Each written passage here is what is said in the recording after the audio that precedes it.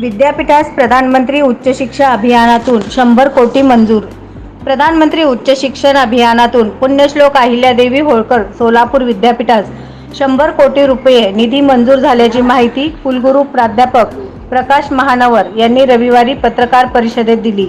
मंगळवारी थेट प्रक्षेपणाद्वारे पंतप्रधान नरेंद्र मोदी यांच्या हस्ते योजनेचा शुभारंभ होणार आहे। बहुविध शिक्षण संशोधन आणि पायाभूत विकासासाठी हा निधी वापरला जाणार आहे। शनिवारी रात्री केंद्र सरकारकडून प्रधानमंत्री उच्च शिक्षा अभियानातून निधी मंजूर झालेल्या विद्यापीठांची यादी जाहीर करण्यात आली। यामध्ये महाराष्ट्रातील 4 विद्यापीठांचा समावेश आहे। यामध्ये पुण्यश्लोक अहिल्यादेवी होळकर सोलापूर विद्यापीठाचाही समावेश आहे आणि 100 कोटी रुपये निधी मंजूर झाला आहे।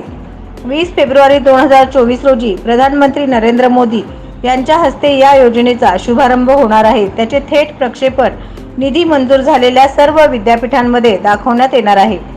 प्रधानमंत्री उच्च शिक्षा अभियानातून निधी मिळवण्यासाठी पुण्यश्लोक अहिल्यादेवी होळकर सोलापूर विद्यापीठाकडून ऑनलाईन माध्यमातून प्रस्ताव सादर करण्यात आला होता। त्याचे सादरीकरणही करण्यात आले होते। त्या माध्यमातून हा निधी मंजूर झाला आहे।